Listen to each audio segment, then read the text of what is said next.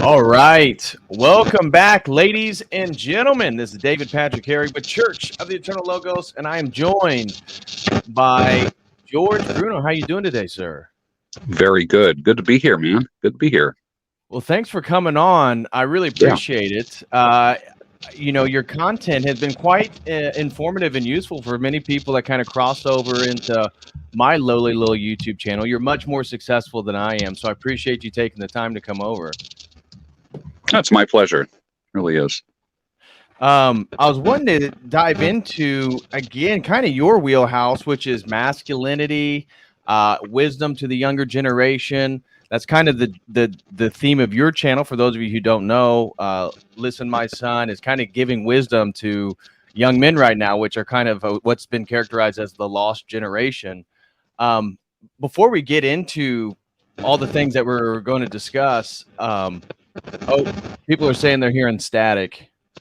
Yeah. Hold on a second here. I'm not sure where that's coming from. I am working on it as we speak. Give me a second.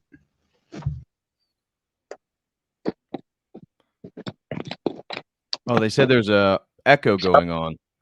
I wonder, is it any particular audio for anybody listening? Is it my side, his side?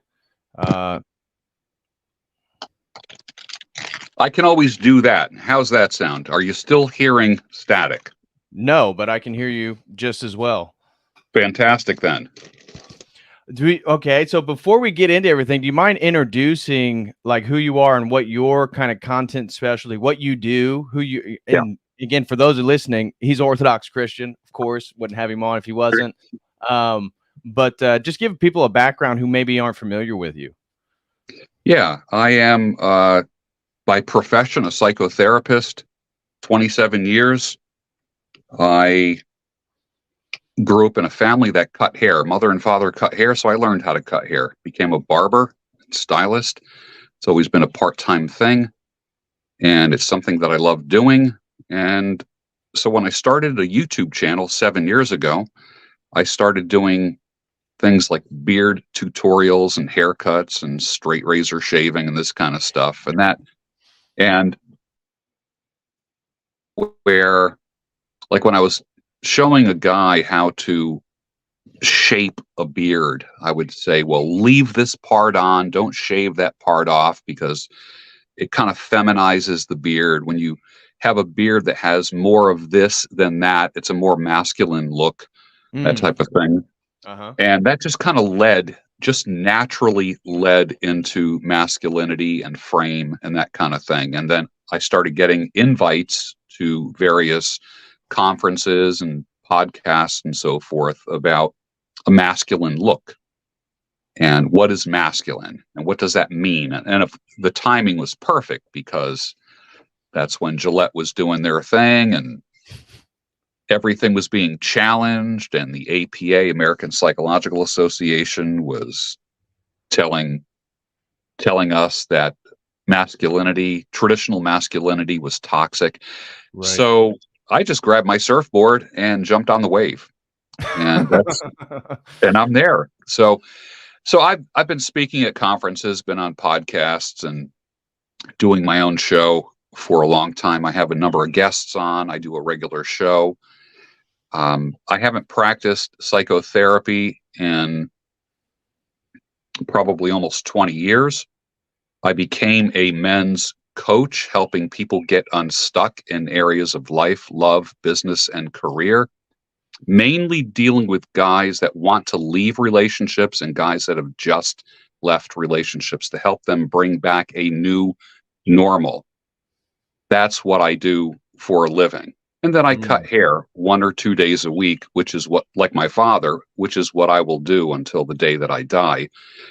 And I'm a firm believer that every man needs a trade and a profession. I made the move from doing therapy to doing coaching, because therapy is all about the past, coaching is all about the future. So that's what I work with. Oh, that's interesting. And I only work with men. I don't work with women.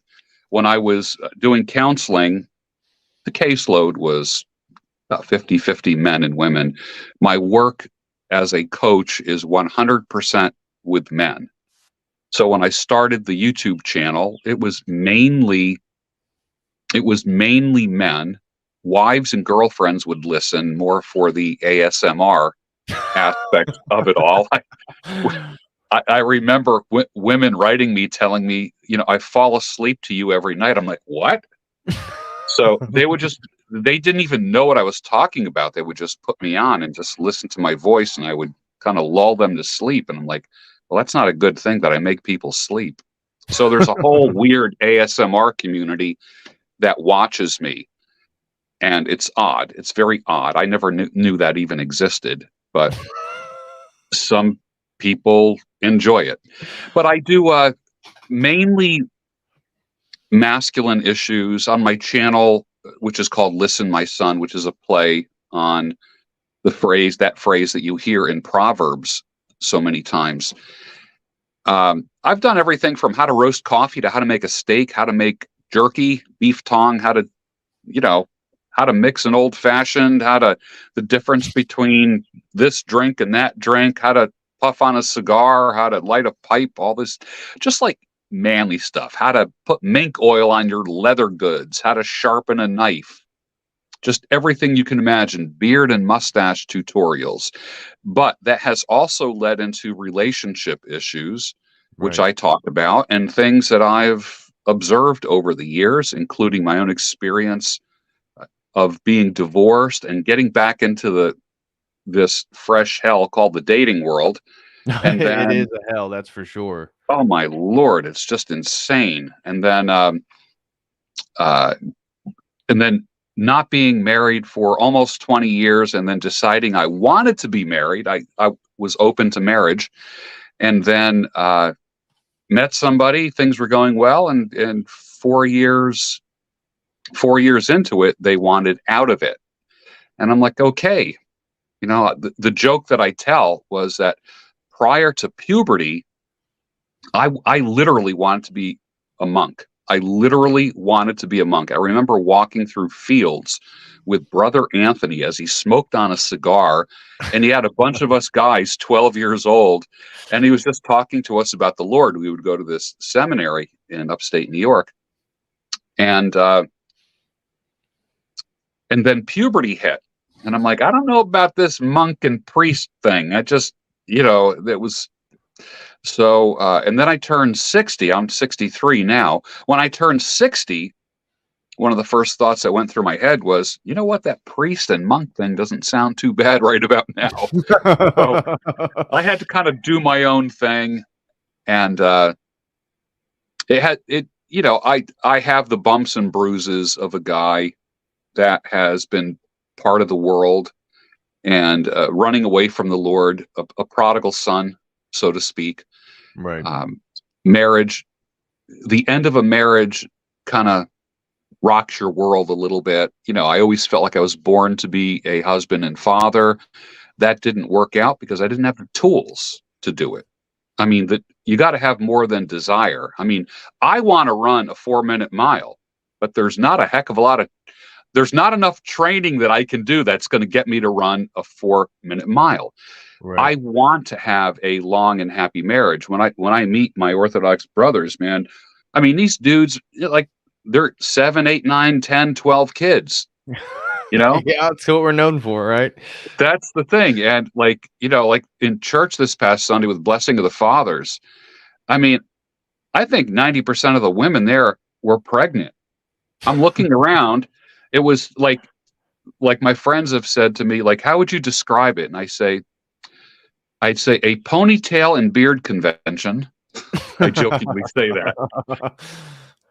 With Amish-looking women that are pregnant and a baby on the hip, and the father's holding 2 kids, and there's 3 kids alongside of them. So when I look at that, I end up having some regrets, and my face changes. I've been telling people this for years, that whenever a man experiences regrets, his face changes, because I should have been married for 35 or 40 years and have 10 kids by now. Right. But it didn't happen that way. So I went away from the Lord, and for many decades, I was a playboy, and regretfully so. And of course, I'm a natural fit in the Manosphere, but not in the sense that I'm not encouraging that kind of lifestyle. It's something I am living proof that it is not a way to live. It is not a way to live. And you end up being lonely. I don't care how much you think you are your own mental point of origin. I don't care how much you think you are the prize. Don't forget, men, you're the prize. So all of that stuff, the reality is, I go to bed by myself and I wake up by myself, and I don't like that. And one of the things that I said was, I can have a very strong desire to run a 4-minute mile, but this body ain't going to take me for a 4-minute mile. It's not going to happen. So just because you desire something doesn't mean you're going to achieve it. So my thing is this: I desire to be a husband and a father, but like De Niro and Pacino right now. Okay, so I'll have kids in my 60s. Okay, I already have 3 kids. I already have 3 children that are adults, and I'm not opposed to starting another family, believe it or not, because I'm in great health, have 0 issues, and I'm only 63 from the neck up. I just want, just letting people know. That's it. From the neck down, that's a different story. But the reality is, it takes more than desire. You have to have the wherewithal. Right. It's just so for me to find a woman of childbearing age, which I had and no longer have, that's a little bit difficult. I really don't want to marry a woman who's got a bunch of kids. I don't want to raise another man's children. Not interested in that. So it's interesting, and I have considered. Like, I found the book 3 years ago called Pustinia, which is about Russian Orthodoxy, and it's about the Russian monks, and it's such a profound book. It's so profound. I've never read that. Oh, find it on eBay or something. It's not in print anymore. Pustinia, Poustinia. Pustinia. Pustinia is basically a shed which has a bed, a chair, a table, a cross, and a lamp in it, and a loaf of bread, and a pitcher of water. And there's no locks on the door. That means people aren't locked out. And the priest would stay there, and the people would come in and sit down with the priest, and he would share his bread with them. Everything that he had, he shared with them. And the author of the book talks about how we each need to have our own Pustinia, and how it's necessary for us to get away. Catholics have grottos, like little caves that they go in and pray. Russian Orthodox have Pustinia, and every little town had a monk or a priest that lived in a Pustinia, and he owned nothing. It was literally vow of poverty, and people would bring food to him. That's how he would eat. He literally 100% lived on faith. He owned nothing. It's amazing. So the book can change your life if you have the right attitude. So that's kind of like where I'm coming from. Like this Friday, I'm going to confession, because I haven't gone to confession in well over 20 years. So oh wow, that's gonna be a big session. So Father, what time is confession, Father? He said 6 o'clock. He says, how long's it been? I said, probably 20 years. He goes, make that 5:45. Make that maybe a little bit earlier. Just like get here. He was being as nice as possible. So then we're doing holy unction after, and I'm going to get anointed with oil and basically kind of start my ministry, so to speak, from scratch. Now, as a guy with gray hair and who's a little bit older, and I'm not so sure I'm going to be going into the priesthood or monastery, but possibly chaplaincy of some type. So that's where I'm at. Well, the way I came across your content was through recommended algorithm there on YouTube, but it appeared to me that you were already, again, you're that was probably a yearish ago, 8 months ago. Yeah. And so your message was a little bit different than maybe the way it started. And as I told you privately, just leading up to this conversation, I met two people in Montana. So I just came back from Montana. One was a gentleman, shout out to Dale. He's actually a member of your crew, and had glowing things to say about you, as he's in the Manosphere for years. He said, oh no, George is legit. He's not like all those other guys. I said, okay, well, good. I wanted to have him on. I've reached out to him. And then I just got a message, shout out to my brother Shane. And he said you were incredibly helpful for him after he went through his divorce, which he kind of even mentioned in passing there in Montana, and how it was a serious thing for him, because in his mind, and this is what we were getting into a conversation, maybe this is where we can open up our conversation, is he felt like as a Christian man, he was doing all the things he thought he needed to do, make money, provide, give her the things that she needed. And then eventually she decided to leave him. And that's kind of, that's been life altering. So, who you being a life coach, you being in the Manosphere for so long, like that's partly what I want to get into, is talking about some of the behind the scenes, or at least your perspective on the Manosphere, especially with your change of heart more towards the Lord now, and what you're hearing from the young men. What are you hearing from divorced men? So, maybe we can open up with the state of masculinity and the state of young people. I mean, when you, with your work, who are you mostly dealing with? Dealing with men between the ages of 25 and 55. That's kind of like when I look at my YouTube analytics, which is probably the most accurate way of assessing my audience. I have 96% men, 4% women. Why would a woman watch me? I have no idea, because I offend them on a regular basis.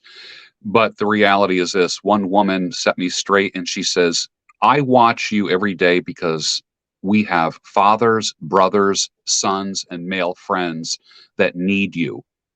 And I'm like, okay, accepted. Then that's fine. That's fine. And they're not the trolling kind of women.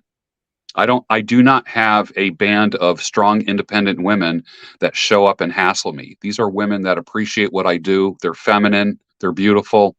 They are, they thank me profusely. They send me things. I mean, they are just like, my female followers are magnificent. My men are from age like 25 to 55, some younger, some older. I have 81-year-old men telling me I'm the father they never had.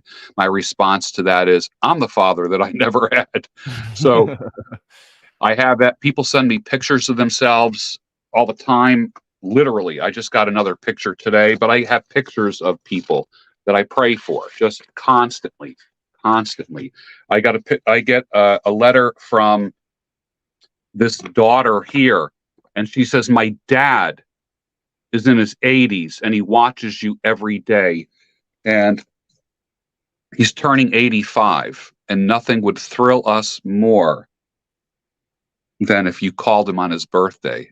And we videotape it. So on his birthday, I called him up in Vermont and we did a Zoom call, and they were just so excited. And he was just, I don't want to give the guy a heart attack or anything, but they were just so excited that that their dad was talking to the guy that he watches every day. And they had no idea who I was. And because they'd be in the kitchen and say, Dad, who you watching? He goes, it's there's this guy, George, come over here. And they're looking at him. This is a guy with, like a whole bunch of daughters and no sons, who I thought would be all offended, but their dad likes me. So they like me, and they send me boxes of cigars and candy and stuff because I've been good to their dad. And it's pretty cool. I am kind of like the triage doctor.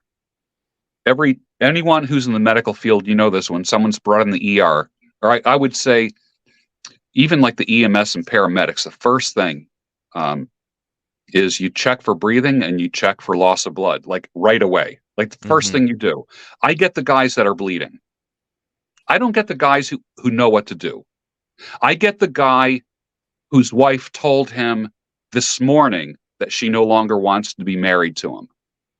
You don't go to Manosphere guys when you have that issue. You go to someone like me, because I know how to stop the bleeding right away. If a car engine doesn't start, everyone who knows car engines, you just instantly think fuel and spark.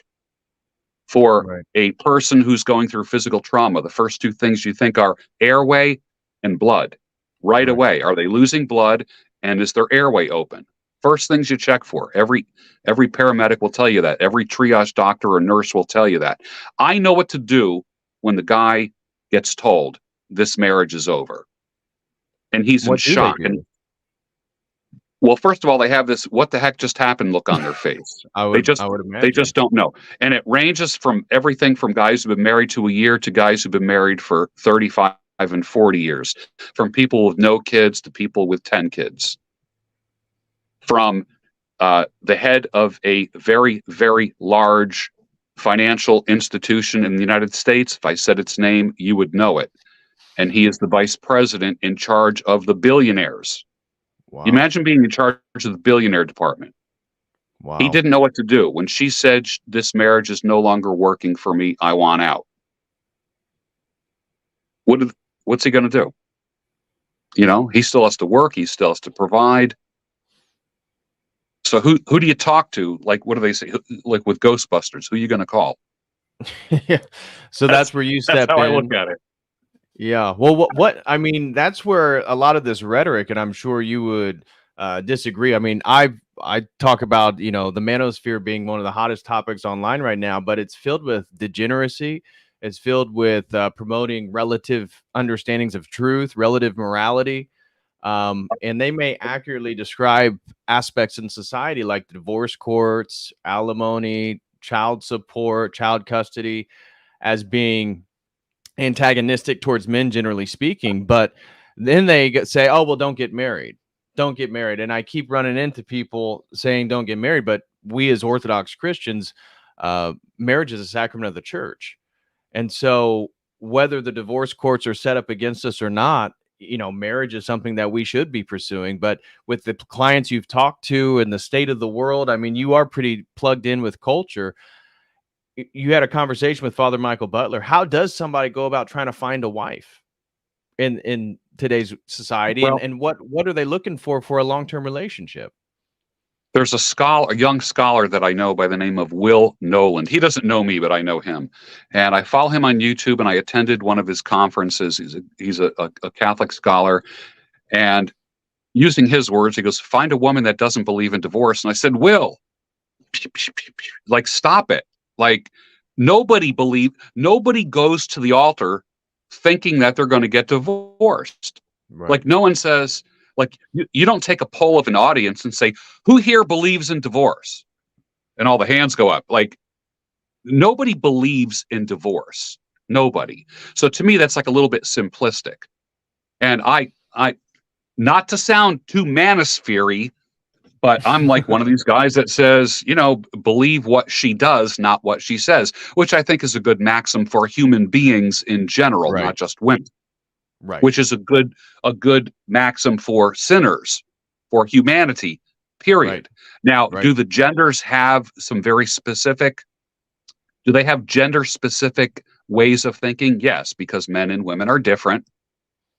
And I'm not a female with a penis, and she's not a male without a penis.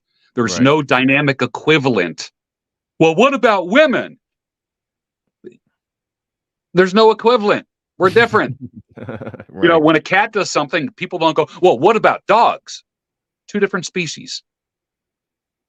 Right. Completely different. So regarding how does a man find a woman, number one, he's got to get his own act together. Right. Period. Whether it be his body, his mind, the way he talks, the way he looks, the way he earns, the looks, money, status, money, muscles, game, frame, all that kind of stuff. Yeah. All the, the mantras. Yeah. The The mantras. mantra that they spit out. Yeah, but there is some truth to that. There is some truth to that. And I think for us to kind of brush that aside is to not want to be challenged. Right. I want to be in better shape, not just to attract a woman, but just so I can live longer. Like when you get older, it's about longevity. Right. Period. It's just, it's not about how much you can bench. It's not about what the tail of the tape says. It's about, I want to live long. Mm-hmm. Like right now, I just want to be lean and mean. That's it. Lean, mean, trim, and strong. I don't care. Size means nothing to me. I want to be lean, mean, trim, and strong. That's it. Period. Now, when it comes to women, guys,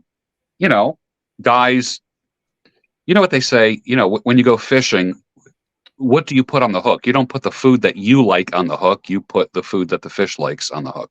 So Right. our problem is we think big biceps and huge pecs and just getting jacked is going to attract a woman. Sure, Right. it's going to turn her head, but that means nothing because that's like the meme once you get fit, and this is true for my life. The people that compliment you are all other guys. Like, man, you're looking jacked. What are you eating? Yeah, are you on exactly here? What are you taking? I've never had a woman like compliment my physique in the Never. last 5 years. It's always men. Never. Yeah, exactly. Like I used to say all the time, your wife or girlfriend doesn't care how much you bench press. She doesn't care how much you go to the gym. She cares that you go to the gym, not how much you go. Oh, where's your husband tonight? Oh, he's at the gym. Oh, wow, really? Yeah, he takes care of himself. And the conversation ends there. She's happy. She's happy that he takes care of himself. She's happy that he's invested in himself so he can be a better man, a better husband, sleep better, work better, move the couch up the stairs, rearrange the living room, whatever, that kind of thing. So for me, it's a very practical thing. I am strong because I don't need to hire a moving company. If I have to put the TV on the other side of the room, I can do it. I don't need to find a 21-year-old to help me. So if I'm walking down the street with a woman on my arm and I see somebody who is kind of threatening walking towards me, I want them to look at me and think, ooh, this guy could jack me up. Right. I don't want anyone to ever look at me like I could be a possible target. Right. You don't want to be an easy Not victim. At all. Yeah. Exactly. So I had a woman last week tell me, two of the things I like about you is she says, you're very attentive and protective. I've never been called that before. And here I am, 63 years old. So if I have to boogaloo, I can. I'm not afraid. Right. Now, 10 years from now, that might be a different story. But for now, I'll roll up my sleeves in 2 seconds. Right. What would be some of your, again, having your background, what would be some of your biggest criticisms of the Manosphere right now? You may have seen that the Tate brothers just got formally charged yesterday, and it seems like it's sort of having, since 2020, it's kind of taken on a life of its own and been exploding. And it seems a bit nauseating me as a scholar, rehashing the same ideas and stuff like that, the way that they over intellectualize being a man. But you have one foot in that community, then you sort of evolved. I mean, you're still in it, but in a way out of it. And you have such a different perspective, both being religious and being older. What's your view on the whole Manosphere in the last few years? Well, when the Tates contacted me about 4 years ago and said, will you be part of the war room?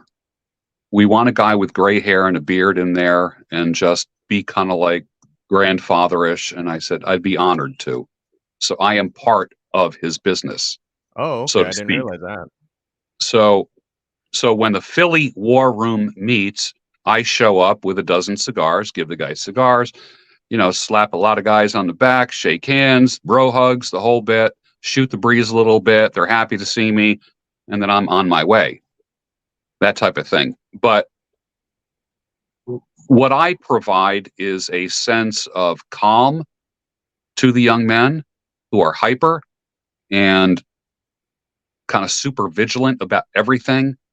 And they look at a man and they see a man relax and be confident, and you have to model that for people. You can't read that in a book and then start practicing it. They got to look at an older man who is calm, who reacts in a calm way, who responds and doesn't react. And, I can't say that I'm 100% not reactive, but the reality is, the way that I do things now at 63 is different than the way that I did things at 43 or 33 or 23.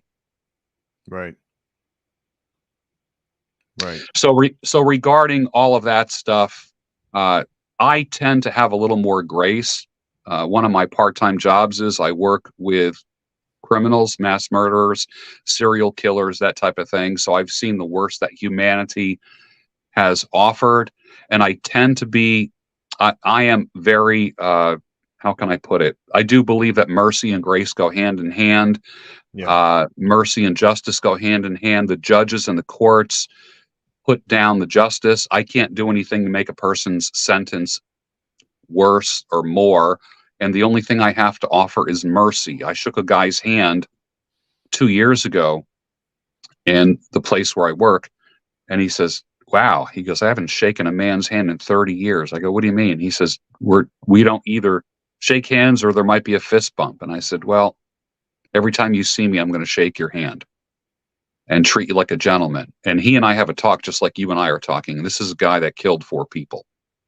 Wow. And will never see the light of day ever again. Wow. So I am hugely into mercy. Huge.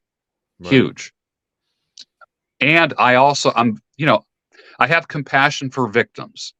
I'm not one of these guys that's all about the inmate and ignore the victims. I'm quite aware of victims and their families and such. But I think that I have struck a balance with them, and I'm not trying to be a peacemaker between the two, because that's up to them. That I'm not going to be the one to kind of broker that deal. Right. But it is within my power to show mercy, and that is what I do. Right. And So, I do that in the Manosphere. right. And I didn't always do it because I did enjoy some drama.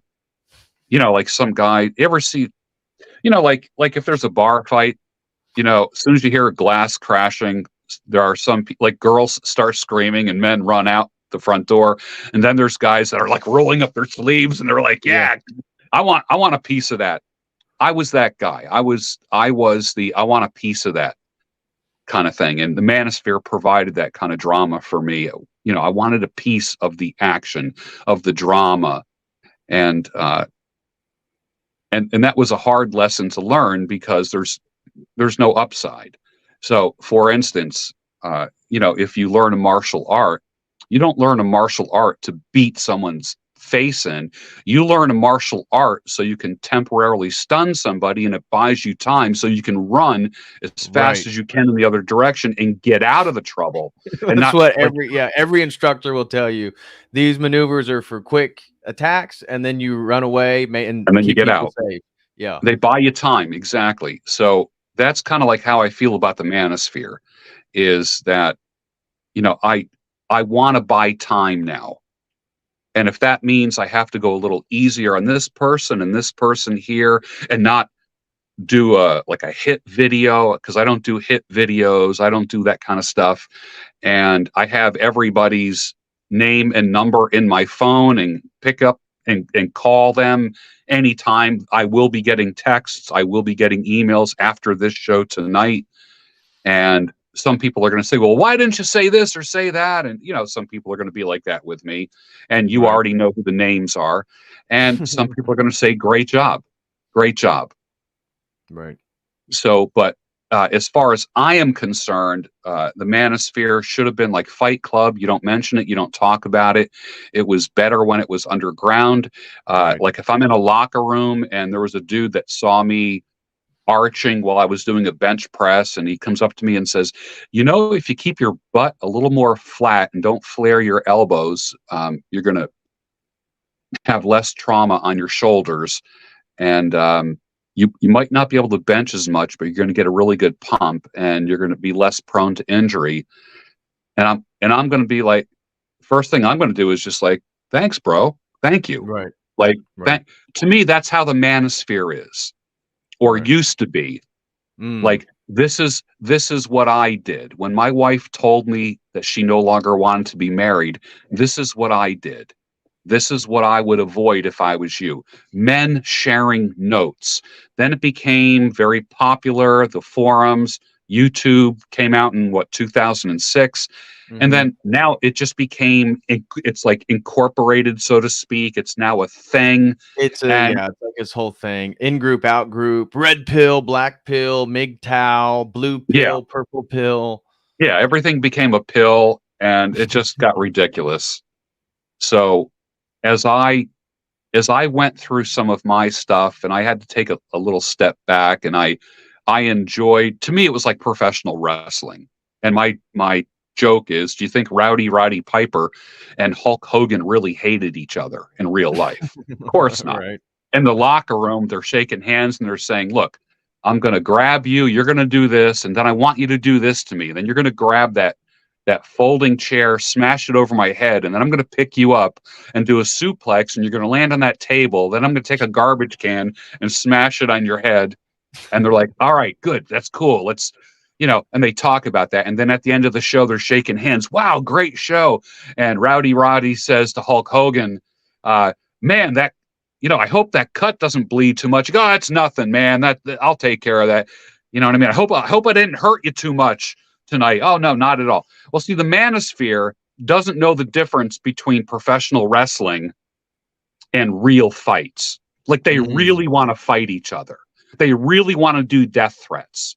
They really want to dox you. They really want to find out where you live and say they're going to come into your house when you're sleeping and cut your throat and all. Like, that's the kind of crap that's going on in the manosphere. So these spurgy types are just taking everything a little bit too seriously. So there's a handful of older guys that are just saying, calm down, relax, lower your voice a little bit, that kind of thing. You know, you're not going to die. A lot of men just like you have been through this, and guess what? They survived. And let me show you what to do. Step 1. Let me tell you what not to do. Step 1. That's what I would call like the adult manosphere. Right. Yeah, I agree with you that it's kind of ridiculous how it's such a brand in and of itself. Now, they would say, again, if you talk to some of them, it's the gynocentric world. So the women already, they have the world. We have to create our own space, the manosphere, if you will. But their prescriptions for people, yeah, okay, we can get into self-development. I think every man should be on that journey. If they're not, then they're not living up to who they should be. But God is never mentioned. Tradition is never mentioned. An actual patriarchy is never mentioned. They don't belong to any of this stuff. These people are just out on an island, and they basically become their own gurus. When I was in Montana with Bishop Maxim and all the various priests, Father Turbo, Father Russell, Father David, I explained what I do here, what Church of the Eternal Logos, because I'm in a room of people, and that's how they know me. My job is just to get people to walk through the front door of a church, and then the priest takes over. And so to me, masculinity is tied to the patriarchy, tradition, God, objective morality, objective truth, all these things that they don't really talk about. And therefore, it's as juvenile and as selfish and narcissistic as the women that they bash.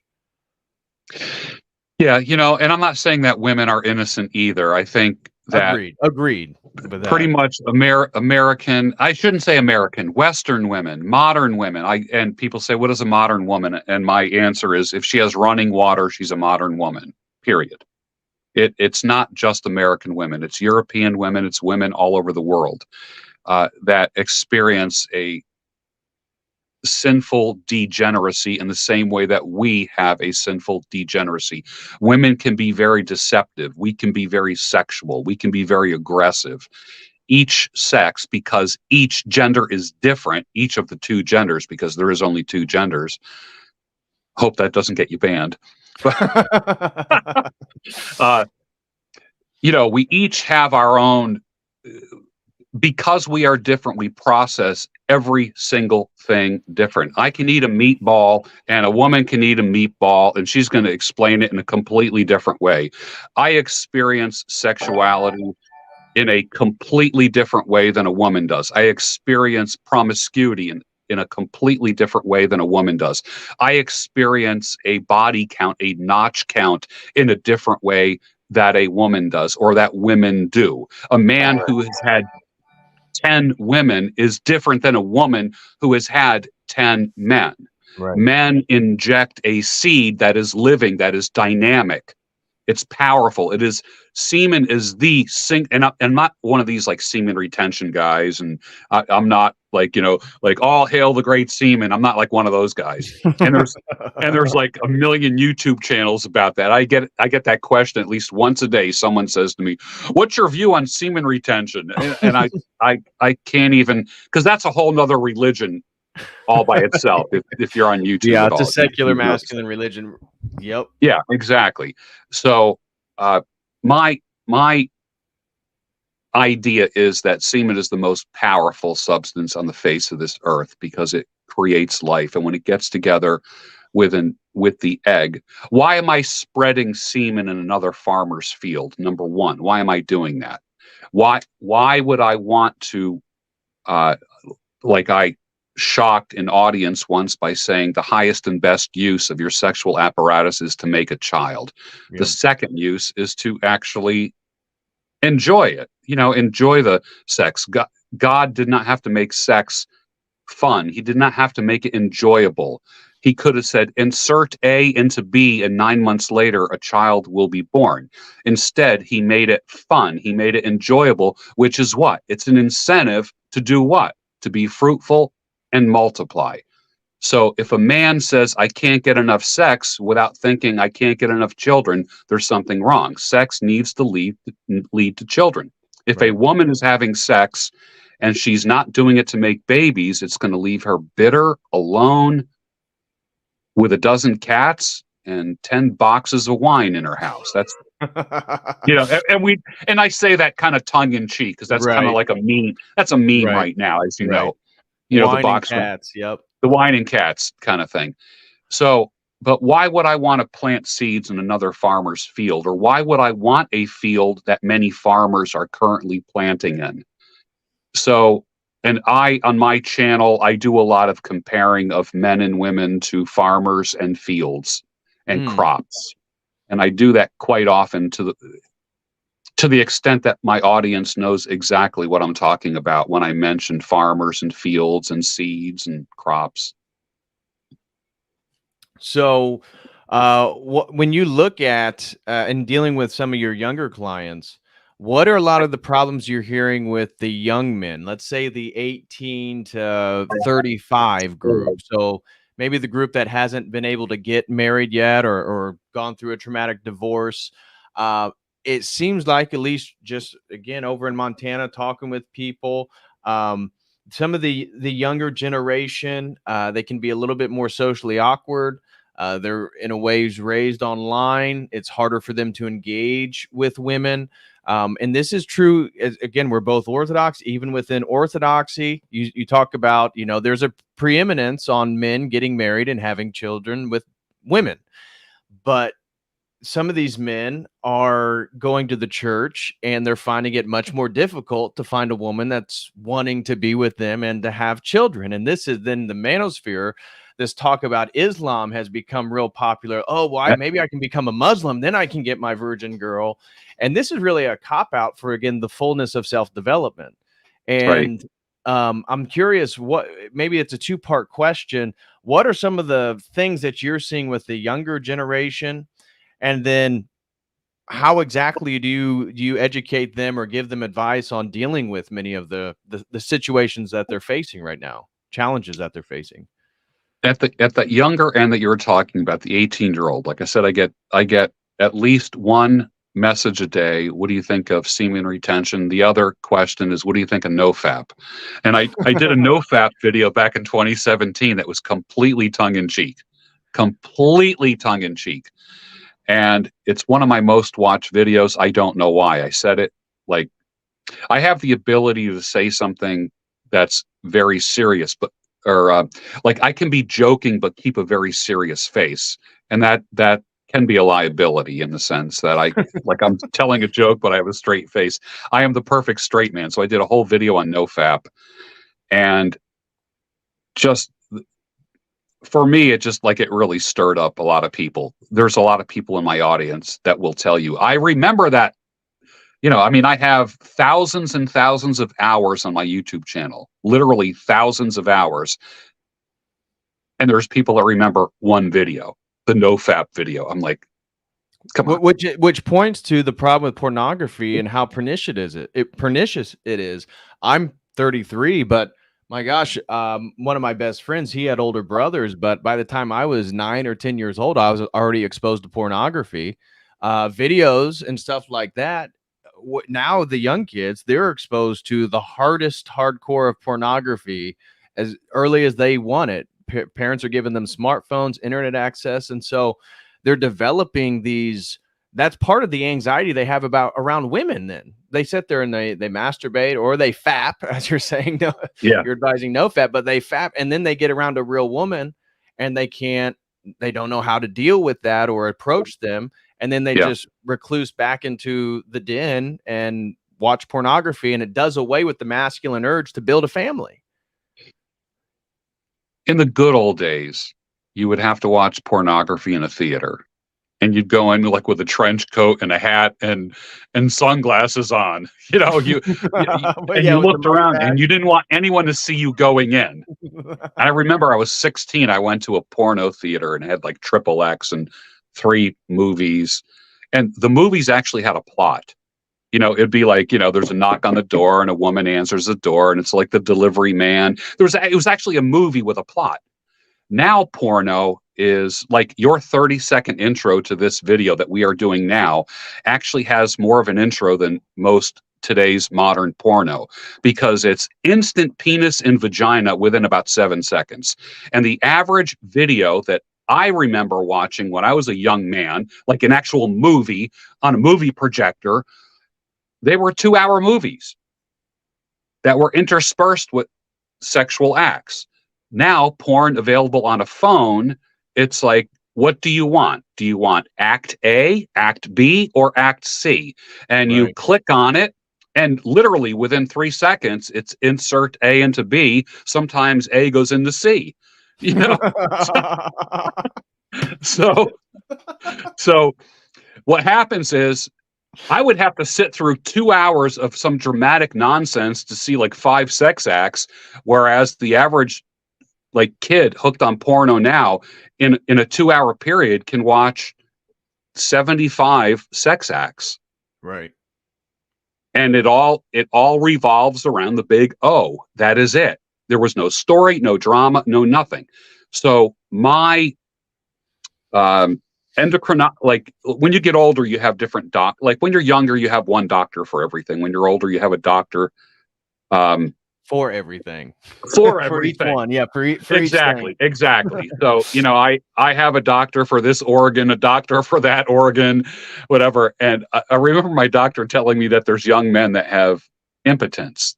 They can't get it up. And I'm like, what are you talking about? And he said, one of the things I do is I prescribe as a treatment, a Viagra type drug for 17-year-old men who can't get it up. I said, explain that to me. Like, I know I look like an old guy, but like, just explain that to me. He says, these guys have been watching porn for 10 years. They're desensitized. Yes. They literally cannot achieve without having medication because they've just spent 10 years doing that with their phone. So that was news to me. I only learned that a couple years ago. which creates the feedback loop for the women to act like the Cardi B's of the world, or be overly promiscuous, overly sexual, overly promiscuous, and then the men, because they're so addicted to watching that type of stuff, actually find those types of women attractive. Yeah, and I think what's attractive is, like, for instance, when I was at church, I'm looking around and I'm thinking, God, all these women are so beautiful. And I had to like redefine the word beautiful. Was it beautiful in the People magazine sense of beautiful? No. There was very little makeup in church. There was a lot of hair pulled back, a lot of hair up. There were long dresses. I didn't see any shoulders, any tattoos, any skin, any legs, any butts. I didn't see any sandals. I saw conservative, smart dressed women with husbands with ponytails and beards. Yeah. and they were all pregnant and had a baby on their hip. And it was actually a beautiful thing. And it was actually a point. It was really funny too, because I was telling Father Noah, I said, there was about 5 very distinct times during the liturgy that I kept thanking. I was literally saying, thank you, Lord, that I brought my handkerchief. I was literally like, I would feel it coming in the corner of my eye as I was just feeling just like this is what needs to be happening all over our country. And as I was seeing that, I literally would just start to tear up. And it was kind of like, you know, the meme, I'm not crying, you're crying, I'm not crying. It was kind of like that, so to speak. So I found myself 5 times wiping up a tear before it rolled down my face, because God forbid anyone see a man with a tear rolling down his face.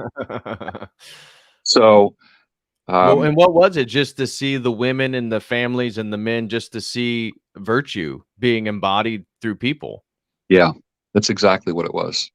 That's exactly what it was. And that's the saving grace, and that's the part of this whole manosphere thing that they just don't promote, because they have no objective morality. And you know, God, Jesus Christ is our North Star. And if you don't have him in your life, you may be able to, I did a debate, if you want to call it that, 2 nights ago with a pickup artist, and he had a relativistic morality. Yeah. And then when I confronted him with, it was so above his head to even understand the Yeah. idea of objective morality and objective truth. And you're like, oh my gosh, some of these guys don't even have a framework for understanding like the directionlessness that they have, and the self-absorption and the narcissism and the hedonism. And There's go a ahead. great book you should read called The Fabric of This World. Okay. And in the first chapter, and I use this as I taught in 5 different colleges, and this was a text that I use in a Psych 101 class. How dare I use a philosophy book in a psych class? But the opening chapter talked about how Aristotle taught that we are more than the beasts of the field that eat to live and live to eat. And I think that's where the Manosphere is. They operate strictly on a sensual level, literally. Like you eat till you're full. That's it. It's the old country buffet. Like, for instance, when you get old, like when you're younger, you're like, wow, all you can eat. When you're older, you're like, I don't want to eat that much. Even now when I go to a restaurant, I end up taking a doggy bag home. I just can't eat everything they put on the plate.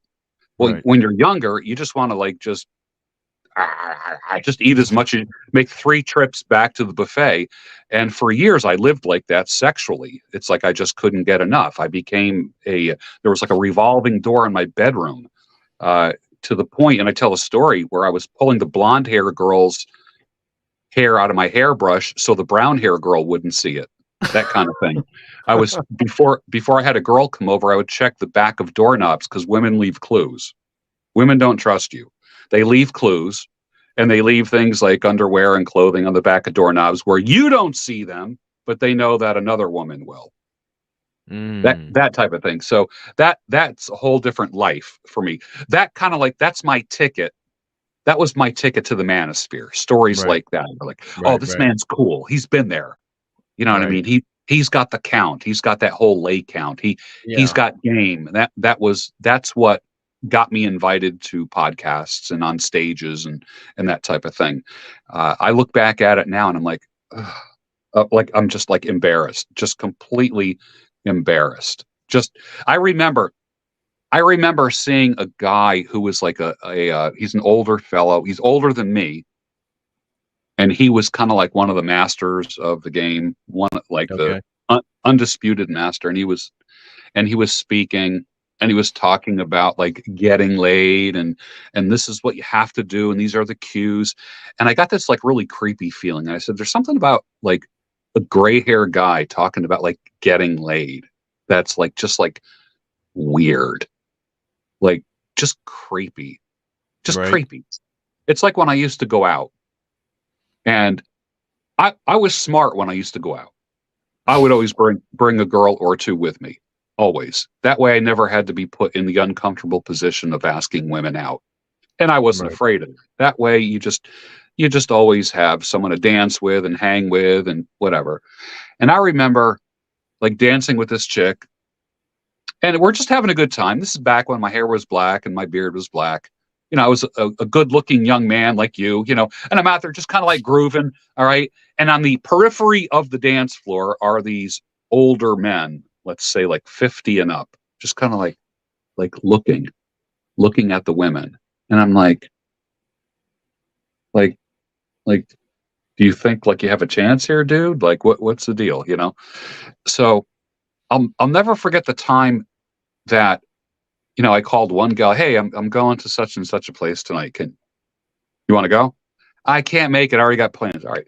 Hey, I'm going to such and such a place. You want to go with me tonight? No, I can't. I'm like, you know what? I'm going by myself. The heck with it. I'm not relying on these, so I go. So I go to this club. The DJ's doing their thing. I'm standing on the periphery of the dance floor, watching people dance, and it occurred to me, holy crap, you were that guy. I'm now one of those.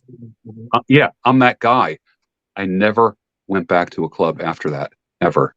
I have a lot of these revelation points. I did a video about 2 weeks ago that's very offensive, very offensive, called why I never wear a cross around my neck.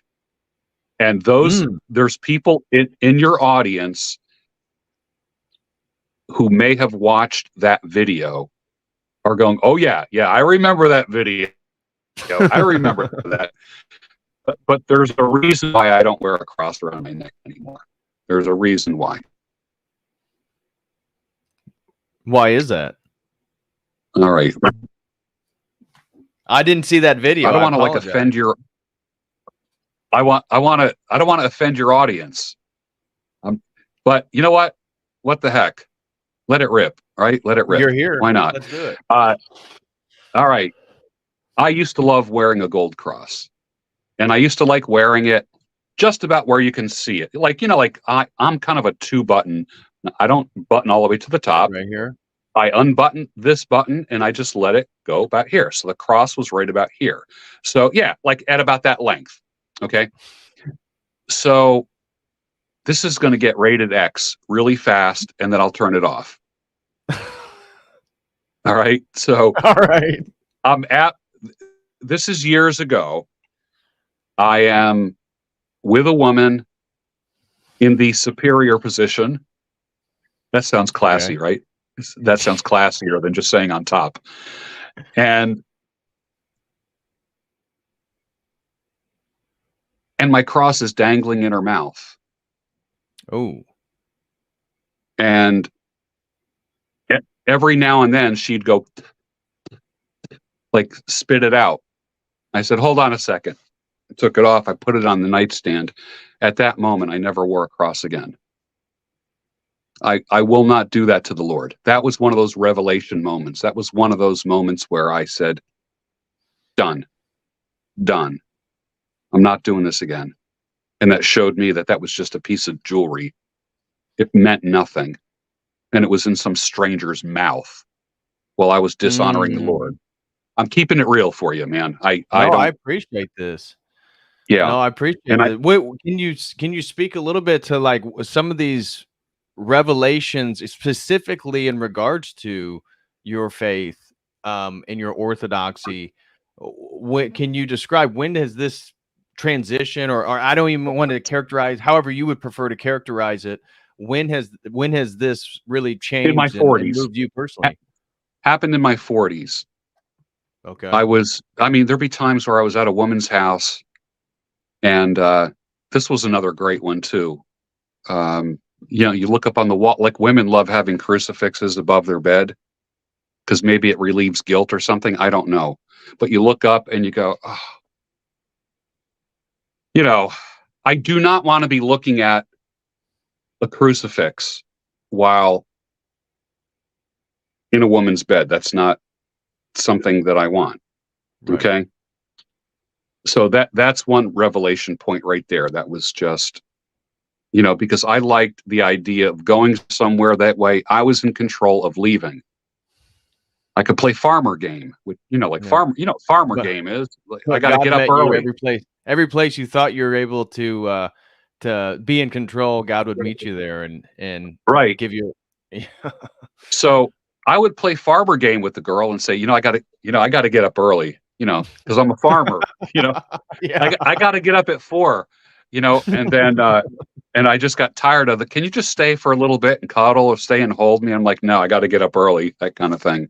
So, at least I could scrape the ice off your windshield before I leave, that kind of thing. And I don't mean to be dirty with anyone or offend anyone, but I'm just telling you revelation points. Or when I opened up, like the 2 nightstand stories that I have, I open up my nightstand and the top drawer is filled with earrings, because before a woman is with you, they always take off their dangling earrings and put them on the nightstand, and they always forget them. Always. So all you do is open up the drawer and just sweep it into and then, after many years, you open up that top drawer and it's just filled with earrings, and you're like, oh God, like, should I sell these on eBay? Like what is going on here? The other nightstand story is when the woman says, I have to go to the bathroom. I'll be back in a couple of minutes. And she leaves, and you kind of sneak over and open up the top drawer of her nightstand, and you see nothing but like vibrators, lube, and and condoms, which kind of shows you this ain't her first rodeo. Yeah. So that'd be a red flag for sure. Yeah. And then of course that woman has the crucifix above her bed. Oh my gosh. Yeah. So those are kind of like my life. My younger life was punctuated with things like that. But it helped me in a weird kind of way when I look back on it now, like the embarrassment that I feel even telling the story. I'm supposed to feel embarrassed by telling that story. I'm not supposed to pat myself on the back. I'm supposed to feel like crap when I tell you that. I'm supposed to turn red and sweat when I tell you that story, because that's natural. That's natural for a man who says he is a child of God. Back when I wasn't acting like that, that meant nothing to me. It meant nothing. Right. That was just part of the game. That was part of the game.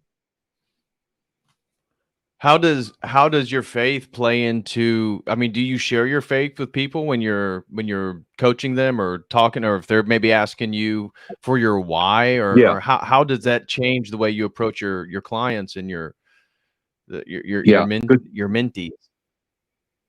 Good question.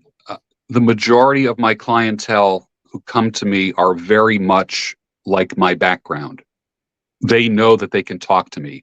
They can tell me the darkest stuff, and I'm not going to go, oh, really? Or I'm not going to say, I'm offended. Right. My clientele come to me because they can. They can't go to anyone else. I hear the darkest of the darkest stories, and I'm just barely scratching the surface. That's the first thing. Second thing is, I have people who say, I don't believe like you, but a lot of what you say is true, and I know you're the only one who can help me. And I'm like, okay, I'll take that. That's fine. And so how does that relate to the faith, or do you share your faith with them? I think what happens is I am a firm believer of believe what a person does, not what they say, because I was like an evangelical Christian for the longest time. And I went to a Christian university. I went to a seminary.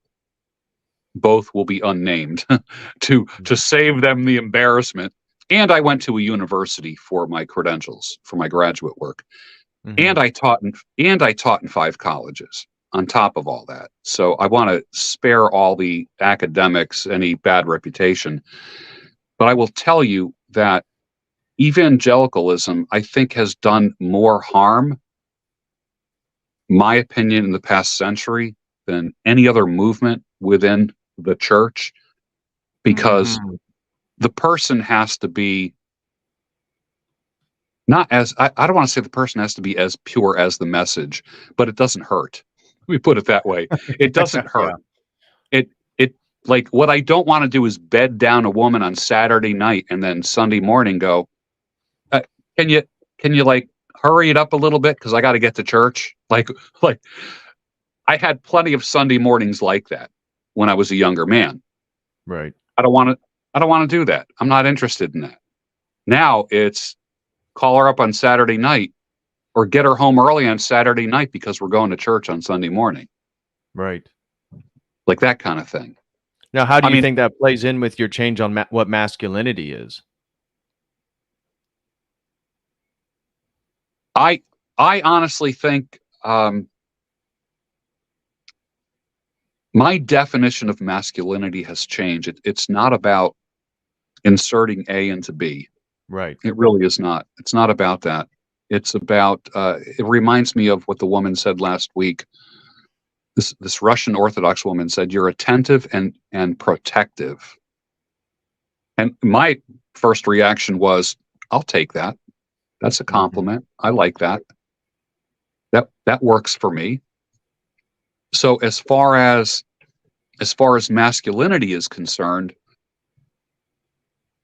my opinion of masculinity has literally, I was raised with a very macho, hard, angry father who was my model he modeled masculinity for me.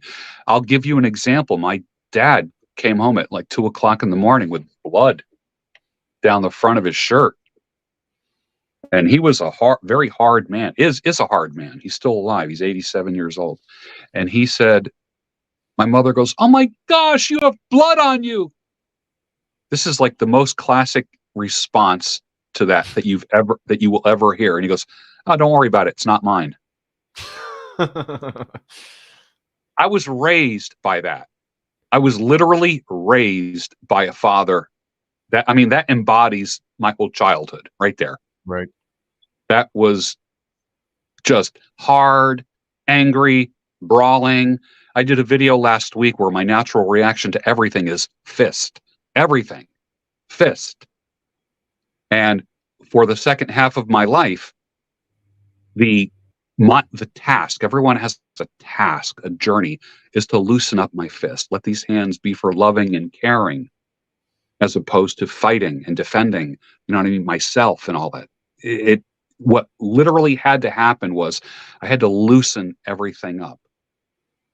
Everything. I mean, I would get into an argument with somebody and my hand would just go into a fist. Just naturally. I lifted weights so I could be tough, not be aesthetic. It had nothing to do with aesthetics. It was so I could kick some ass. That's all it was. I learned martial arts so I could kick some ass. Right. I mean, and that was it. It had nothing to do with athleticism or aesthetics. And then I discovered bodybuilding, and that was beautiful. It was like, wow, I can become a person of beauty. And not like in a weird gay kind of way, but like literally. It's like Dr. Jordan Peterson says about the statue of David. You can't look at it without it saying to you, you can be better.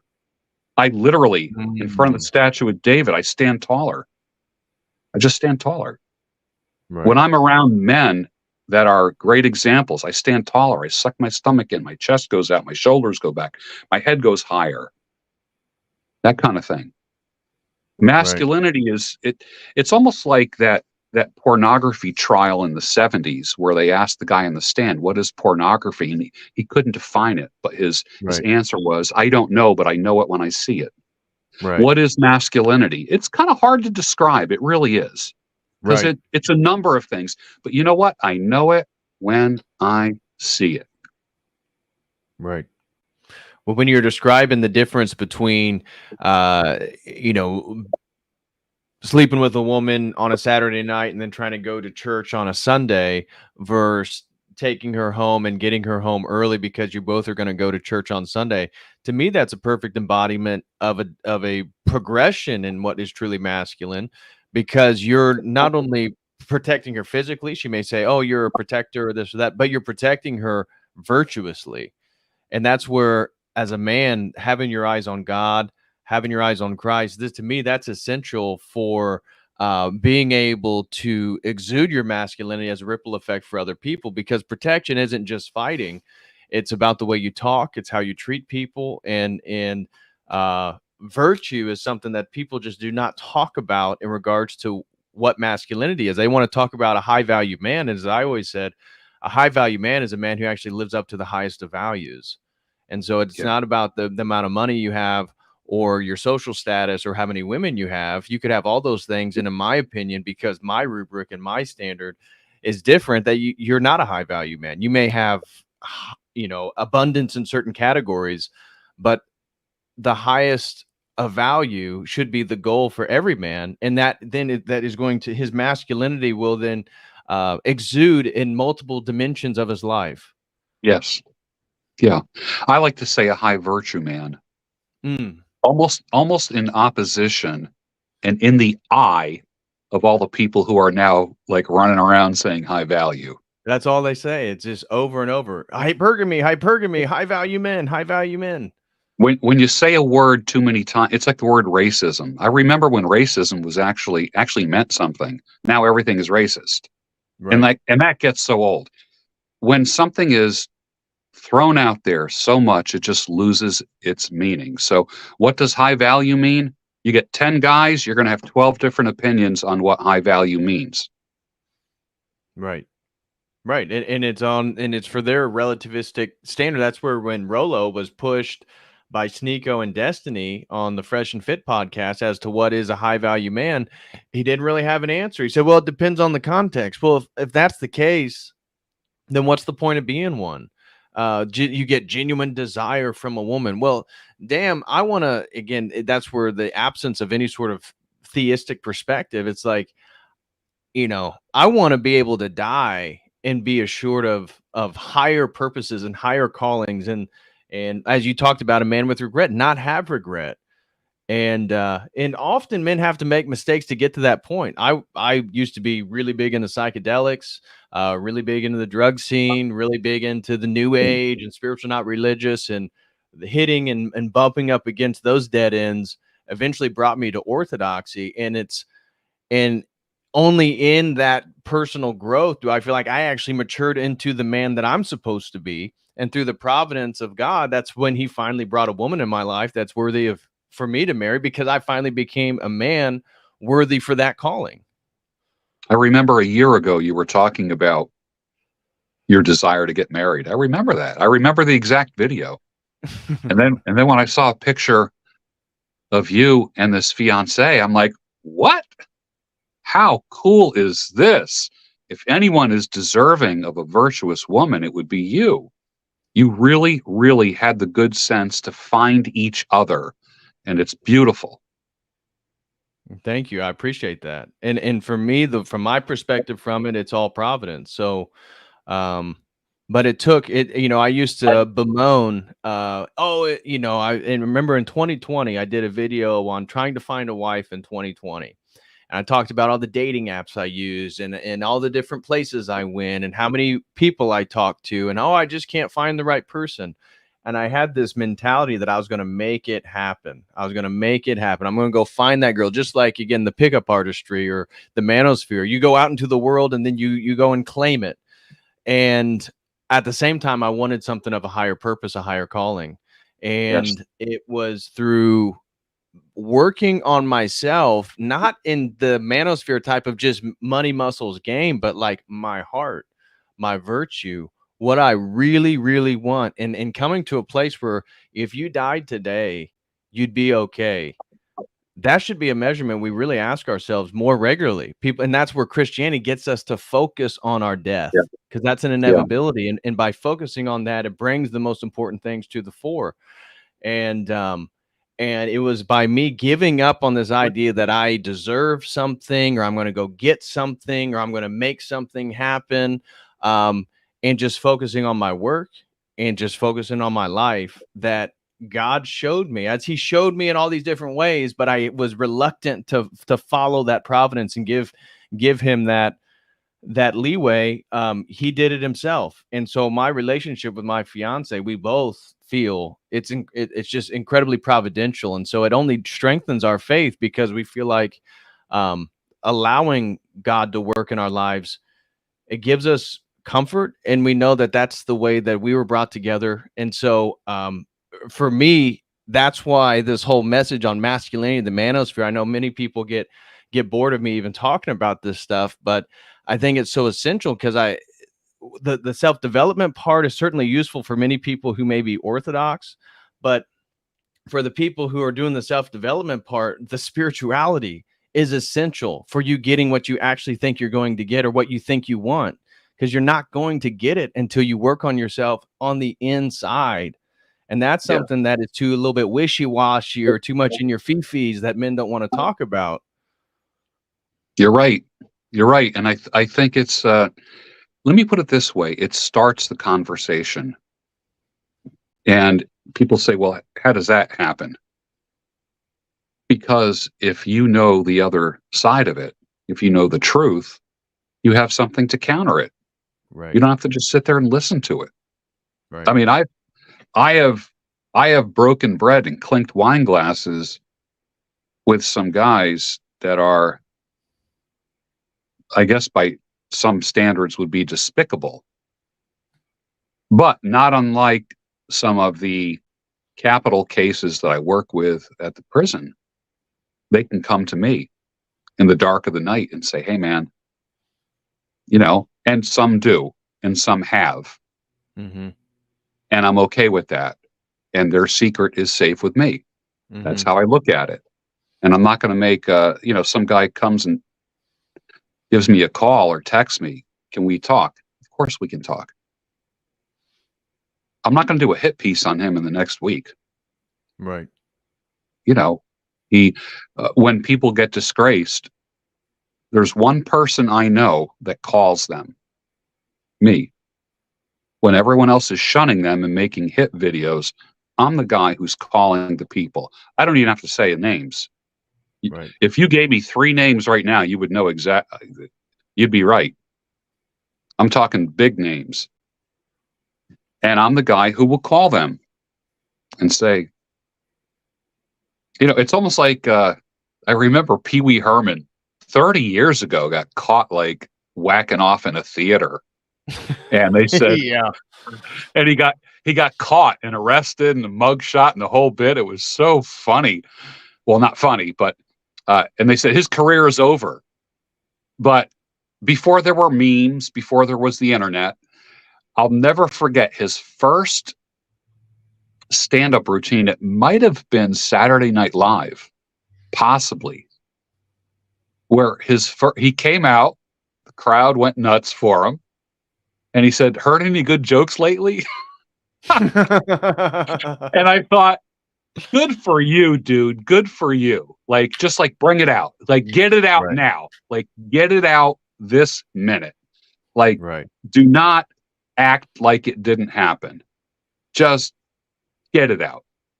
And it worked. And then, of course, his career came back. Not as would that be advice you'd give men, generally speaking, when they're facing ills? Or, I mean, like if somebody were to just face a divorce, I mean, is this it? I mean, how would you counsel somebody? I mean, it seems like in a way it'd be the same thing as like to get it out, to recognize it as what it is essential with dealing with it. Yeah, I think men are more prone to do that than a woman. Like if a woman cheats on her husband, she's not going to stand up in front of a church or in front of elders or in front of the home group and say, a guy is more likely to do that, like at a men's breakfast, and then get surrounded and get, hands laid on him and prayed for and all that kind of stuff. And I mean, I've done that before. I used to joke around and say I've had more hands laid on me than Macaulay Culkin at the Neverland Ranch. I mean, there was so, but you don't see women coming clean with that. But then again, I would rather see a woman talk to an older woman about that rather than, like, men need to go before the gates and come clean. I think that's, it's a good thing. Women, that's a different story. I think Jesus, when Jesus said, "Woman, where are your accusers?" I think that's a good model for women. Like, just go and sin no more.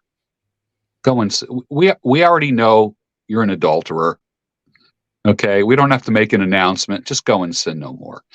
And I think the difference between the two sexes in dealing with sin, dealing with promiscuity, adultery, perversion, and such, I think it's different. I don't think there's one size fits all. I'm a firm believer in public offense requires public apologies. Private offense requires private apologies. Mm-hmm. Yeah, that makes a lot of sense. So, in regards to again, some of the challenges the young men are facing, if you were to talk to a young man, because you do, and Father Butler did a stream on finding a wife, what are some of the things that a young man should be looking for? I mean, because obviously my audience is much smaller than yours, but mostly Orthodox Christian. Vast majority, I would say at least 95% probably Christian, or at least 90% probably Christian. I'd say probably 80% Orthodox or Orthodox adjacent. So they're already going to buy the white pill, if you will, if we're going to use the Manosphere pill language. Yeah. But what would your advice be? A man who's now kind of ran the gamut that you have, been in academia, been a professional, had all this experience with women, got divorced, had his, the girls wanted to call it hot girl summer. Well, you kind of had your own, bachelor lifestyle, living the life, the hedonistic life you want. Now you're looked up to by all these people online, especially young men, for advice. A man who's actually at least come to the recognition he needs to turn his life around. What do you tell them to do? What is your advice for them? Because I'm sure somebody watching right now is in that position. Yeah, I'm not real preachy. I'm still all about the mercy and grace thing. I'm all about mercy and grace. If a person wants to confess something or talk to me about something and they're not coaching, just, hey, George, I need your advice on something. They already know that they're despicable, so to speak. They don't need me. Like if a guy, it's what was that joke? Father, forgive me, for I have sinned. I slept with 12 women or something like that. And the priest says, I need you to go home and eat like 5 lemons. And the guy says, 5 lemons, what will that do? And he goes, it'll take that smirk off your face. So yeah, I think that I think part of the I don't know, a rite of passage today is being with a woman. And a rite of you're weird, get with it is not being with a woman. Yeah. So I'm sure a lot of the young Orthodox men, or even the men that are in their early 30s, feel that way.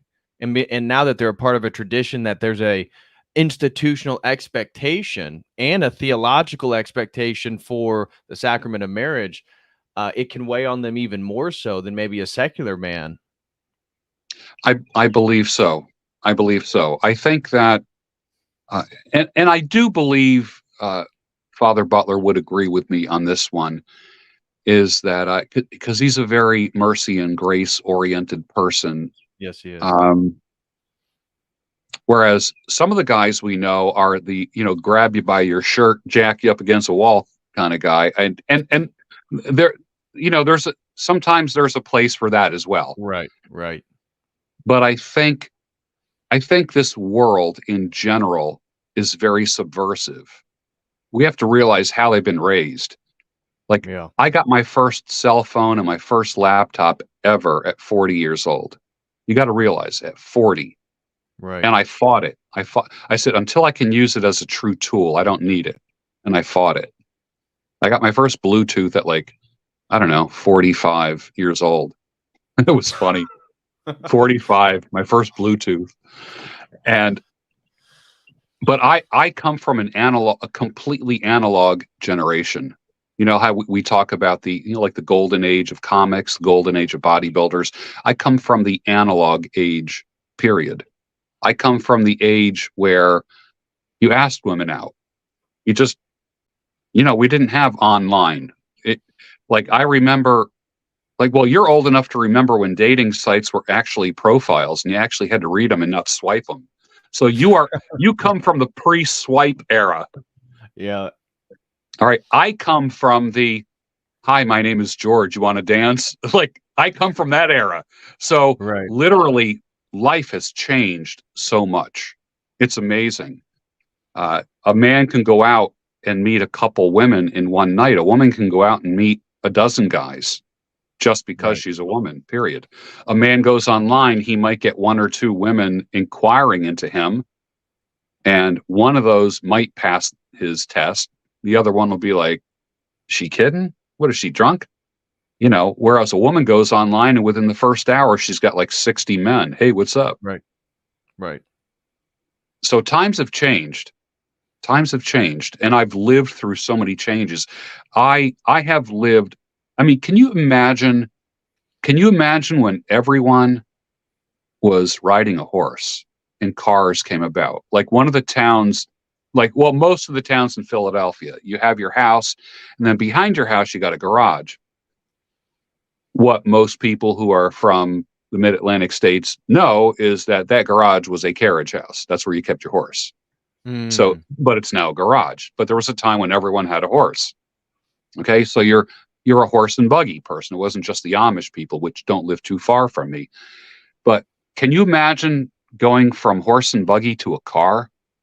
Like just the mental mindset, the change that has to happen inside of you. And then how about the people who were, you know, so we have cars. We have cars for 50 years, and then airplanes are built. Right. And then there's that famous phrase, if God meant us to fly, he would have given us wings. That kind of thing. So I feel like I am from an era like that where there were just like major changes. I went from literally like pens, like in elementary school, pens that you dip in ink and touch to a blotter and then write. And then you do your alphabet, that kind of thing, to ballpoint pens, that type of thing. And now everything's on a stylus and that's on an iPad. Exactly. So I literally, when I tell the story that I didn't get my first phone or computer until I was 40, people are like, really? I'm like, yeah, really. Their life did exist. Like, well, what did you do before the internet? Well, we planted gardens. We mowed lawns. We built things in the garage. We worked on our cars. We bought $500 cars. Right. And did body work. And that were higher quality and lasted. Yeah, exactly. And you could work on. Now you have to connect everything to a computer. You know, my family, my dad has his father's retirement car, which is 67 Chrysler Imperial, and he has a 68 Ford Thunderbird. So working on vehicles has always been part of my growing. I wish I was better at it. I wasn't as good as my dad, but it's something that now, as I'm getting married and moving into what I consider a new stage of my life, that's something that I want to make sure that I maintain, is being able to work on vehicles and do those types of things. Because now that atrophying, that's what I see. I did a whole stream on technology and the atrophication of our abilities. People have no sense of direction. They can't get anywhere without Google Maps. They can't spell anything without autocorrect. They can hardly speak in person, but all these things, these skills that we typically have, technology, they just use technology and they atrophy themselves. Yeah, I'm working with a young man right now who's changing his own oil and rotating his own tires. I mean, he could just go to Jiffy Lube and get that done. But he wants to do these things. He says, what should I do next? I say, get yourself a motorcycle. It's one of the most easy things to wrench on. Right. Change the oil, fuel, spark. Just owning a motorcycle will teach you so much about life. It's amazing. Just the lessons that come from a motorcycle. Also, too, I mean, things like fishing. I grew up fishing. My kids grew up fishing. Everybody had a fishing pole. We'd go fishing for the day. Everything from buying worms to digging for worms to catching fish. I mean, you take your kids fishing, you catch fish, and you bring them home, and you clean them, and you cook them, and at nighttime, you're having fish for dinner. I mean, just that alone is amazing. Right. Amazing. It's like when I was a kid, I grew up with guns. Yep. Not a big deal. Nope. I could buy a rifle with my parents' signature at 14, or I had to wait till I was 16, then I could buy it by myself. But my mother and father did sign for me. And at the time, a box of ammo was 50 cents, 22 long rifle. And you'd go and buy 5 boxes for a day at the range. Oh my gosh. Those were the days, man. Ammunition's expensive nowadays. And the range was nothing but a gully with a creek running through it and a log. And you told your mother, save up the 10 cans because I'm going shooting this Saturday. And she'd save all the cans, and you'd have a bag of cans over your shoulder. I remember walking down the train tracks with a gun on one side and a bag of cans on the other, and a cop, like that roadway along train tracks, and a cop pulls up and says, what you doing? I said, I'm going target shooting. And he goes, what you got there? And I go, 22 long rifle. And he goes, can I see it? And I said, sure. You look at it. He opens the bolt. He's like aiming it and this kind of stuff like that. And he goes, nice rifle you got there. And he goes, what are you going to just shoot cans, go plinking, or are you going hunting? I said, I'm just doing target shooting. That's all. That's all. Just completely innocent, And he gives me back my gun. He goes, well, have fun and be safe. Have a good time. Now, Imagine a kid walking down the street right now with a gun on his shoulder. Yeah. It's Well, he's a different gonna have to story. deal with all the other kids with guns at this point, depending on what city he lives in. Exactly. Exactly. He's probably gonna So get shot at. yeah. So it's a different era. I grew up in the analog era, and it was hitchhike. It was, you want a car, you buy it. You are you interested in a girl? You ask her out. Period. You write a note, you slip it to her, you stick it in her book, you put it on her desk or something like that. You go to the school dance, that type of thing. You ask her out for ice cream. You know, you do a little spying and find out where she's going to be on Saturday night. Oh, she's going to be at the basketball game. I'll make sure that I'm there. I'll make sure I get a good shave in. Well, for me, I didn't get a good shave in. I had like a scruffy little mustache and patchy beard, trying to look a little bit older, splash on a little bit of Old Spice, that kind of thing. And you did whatever you can to be seen. And if you had a chance, you introduced yourself to her. That's the way it is. Right. Well, I imagine And one of the big. Oh, I'm sorry. Go ahead. Didn't mean to cut you off. no, go ahead. I was gonna say, in addition to the times be a changing, is one of the big difference is divorce rates. So I imagine, again, we're talking about a relationship to masculinity and the state of society and life. You know, back then, people, especially young boys, weren't growing up in fatherless houses the way that they are now, and it affects all demographic. This isn't a racial or Yeah. demographic thing anymore. This is Yeah. doesn't matter what you are. Lowest, I guess, being East Asians, they stay together the most. But generally speaking, everybody's being affected by divorce. And I look at myself, and my dad was an Army helicopter pilot, and then basically made himself, built his own businesses, did stuff like that when I was growing up. Eventually, anyways, so that gave me an idea of masculinity, and that stoic military father that had very high expectations for everything I did, and if I competed with other people, he expected me to excel. That was instilled in me in a very young age that I see has shaped me, even pursuing a PhD or pursuing academics. He wasn't an academic, but if I chose that, then he expects me to be the best at it that I can be.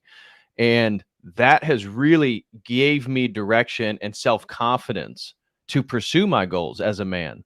And I talk with younger guys, maybe in their mid-20s, and I can see that timidness, that shyness to really engage with the world and go find themselves, because unfortunately many people didn't have a present father, either literally present or maybe emotionally absent and wasn't there present.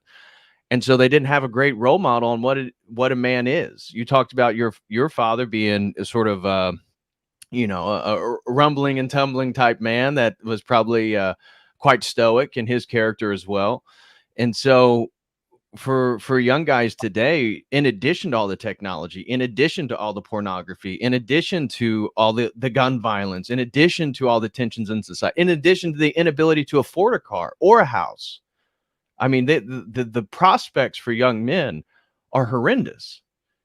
In Yeah. addition to that, they don't never seen a man, or at least they maybe see him online or in a screen, but they don't know a man that they can talk to that is successful, that has been able to maneuver through the world. That is a huge difference that I think, again, a lot of people are dealing with. Yeah. I think men need men. Yeah. We're pretty much raised by women. Think about it. Most of our teachers are women. And so we get a feminine view of everything. We spend more time with women when we're growing up than we do with men. That's the reality. You might have a gym teacher that's a guy, or a shop teacher that's a guy. I don't even know if they have shop anymore, but you're pretty much being taught by women.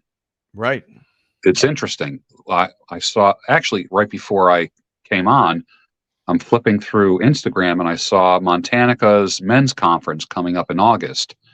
And I was looking at the lineup of who's going to be speaking there and what it's going to be about. I'm doing some pet sitting and house sitting in August, so there's no way I could make it. Otherwise, I would be there in a minute.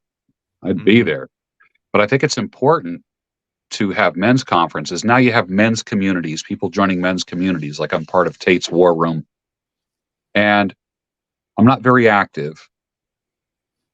I don't take the initiative, but I'm there if somebody wants to talk and someone needs me. Now, do Do I approve of the lifestyle and some of the stuff that is promoted? No.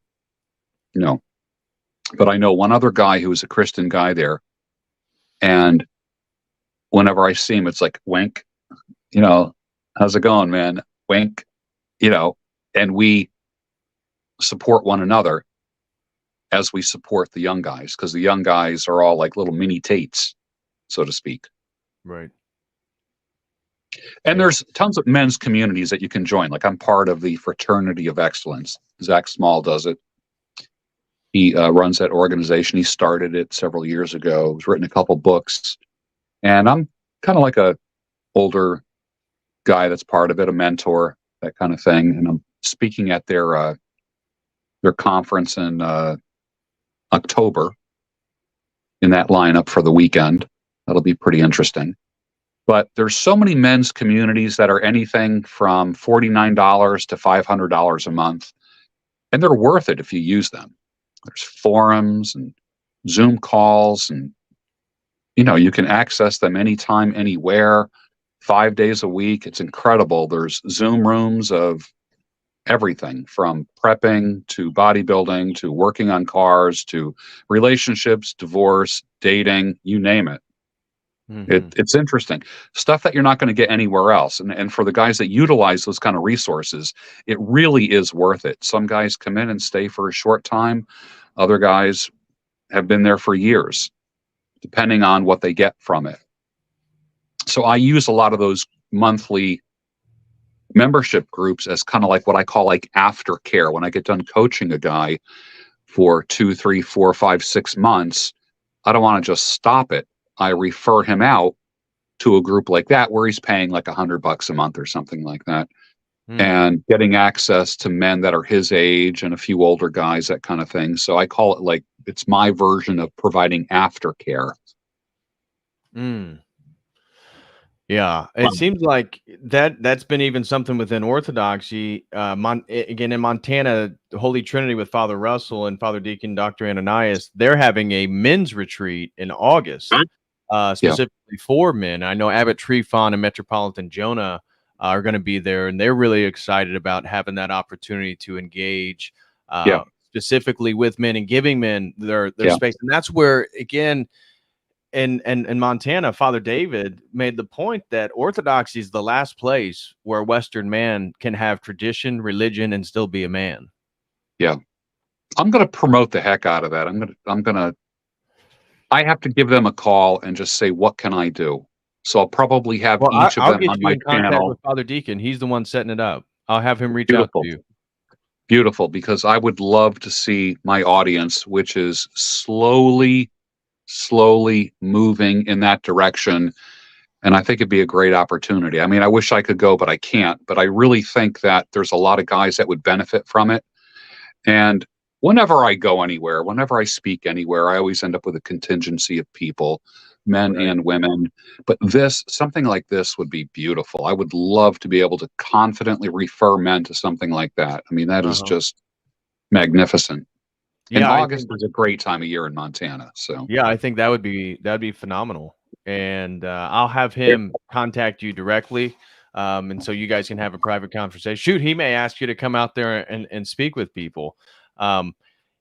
Because again, I think, and this is, we can wrap up. I don't mean to keep your time for so long, but masculinity and men finding themselves in the world is the only thing that's going to put our society back in order. Because as I've talked about, metaphysically, men create boundaries and maintain those boundaries.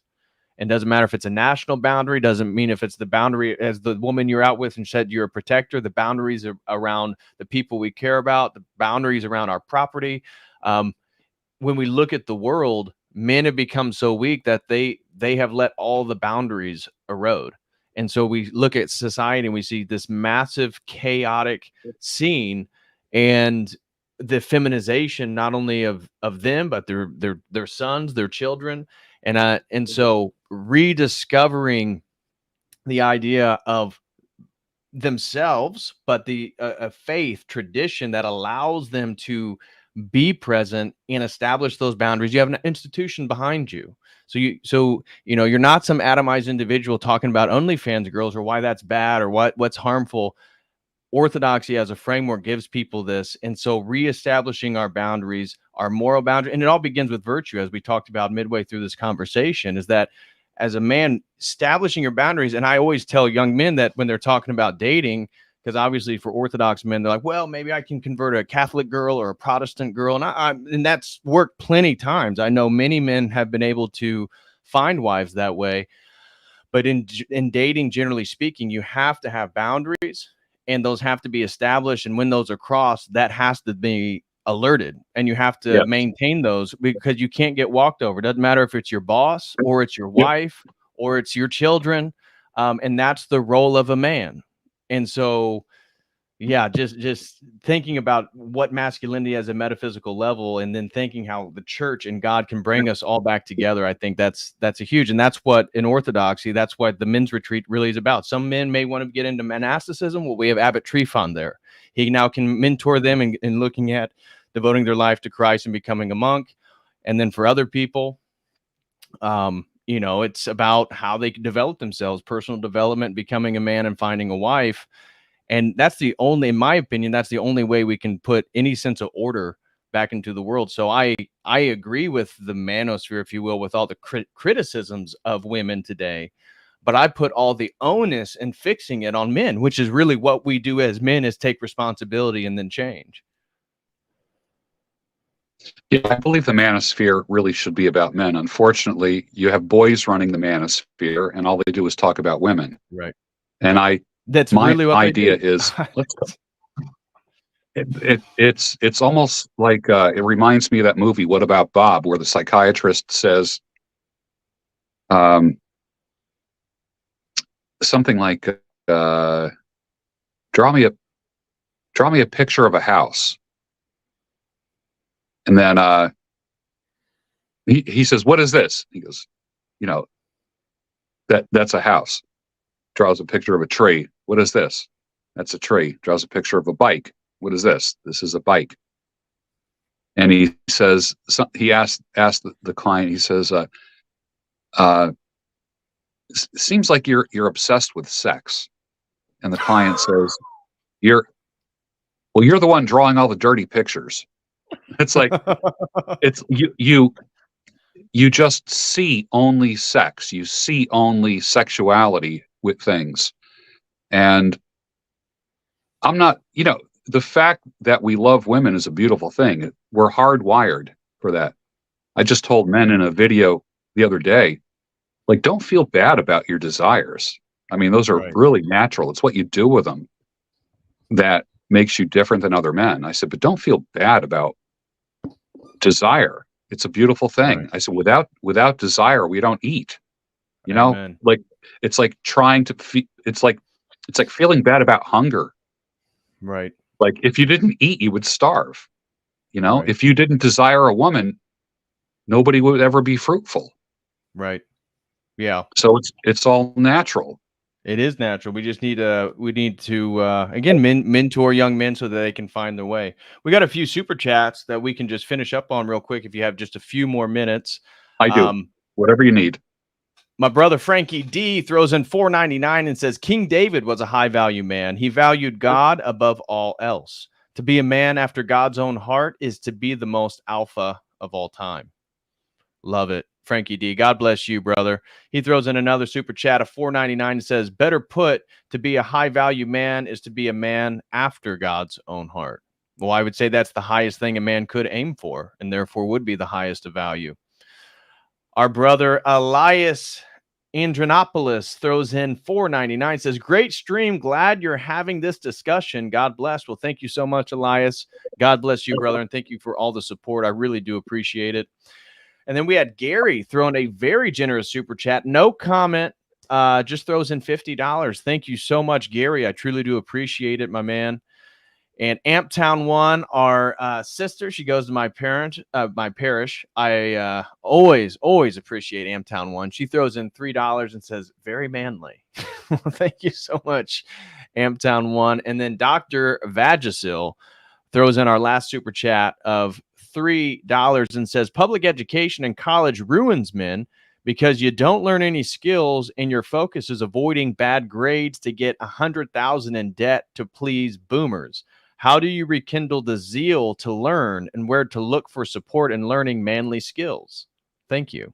I think that's maybe what he's asking you. Maybe we can end on that one. Where would you advise men finding a mentor, how to learn manly skills? I mean, that's basically what your content does. That's the niche you're trying to fill. But what's your advice to men? I had a guy write me a couple days ago and talk about, he introduced himself to me and says, I'm a 23-year-old kid. I said, stop it right there. Stop. You're a 23-year-old man, not a kid. Stop referring to yourself as a kid. I mean, by the time, think about it, 100 years ago, at 18 years old, you were married and were starting to have your first kid. Already had kids and probably dying on a battlefield. Yeah, and you built your home. Right. 50 years before that, you were plowing fields. You were a man. So this idea that we prolong adolescence through college and then we tack another couple of years on it for graduate school, 2 or 3 years, and you don't become a man until you are 30 years old, 32, 33. Like, what in the world is going on here? So we've prolonged adolescence. Men are not even ready to support a family or create a family until they're in their mid-30s. That's just the way things are. We've prolonged adolescence and playing for so long. And then, for instance, my children live at home until they're married, period. None of this going out and exploring the world and finding yourself and this kind of stuff. And that's what I think the Orthodox perspective on it is. If you look at the Orthodox world, it's about generational homes. And so women, they don't leave the home until they get married because there's nothing out there for them but degeneracy. And they don't have a man to protect them. And this is why when a young man is interested in a woman, he deals with the father, not the woman, historically. And the father would have a little talk with the man and say, look, she's never left my sight the whole time she's been here. She's worth a little bit more. That means you're going to be working for me for 5 more years. In other words, men would pay more for purity. Rather than like the father saying, you know what? You don't even have to work for me. Just give me a couple horses and she's yours. So purity was rewarded. And even parents recognized it. Fathers knew that they could get more, sounds weird in this day and age, for a pure daughter. And it was in their best interest to keep their children pure. I come from a generation, my grandparents had an arranged marriage. I don't know if you know of anyone who had an arranged marriage, but that is a weird thing in this day and age. I mean, we think about that just historically. An arranged marriage. Think how much you have to trust your parents to have an arranged marriage.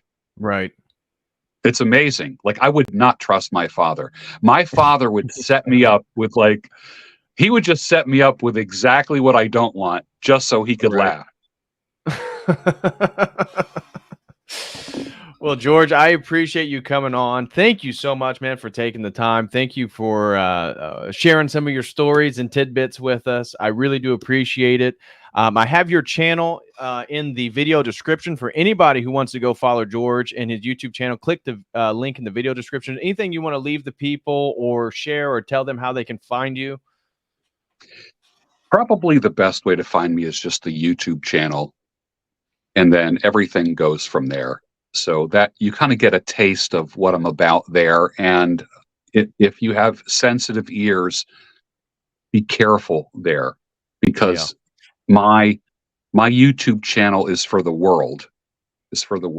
And there's lives getting changed there that need it. And I talk the language of the people. Excellent. Well, guys, I will be back Friday night with another stream. So as always, until next time, God bless. Thank you, sir.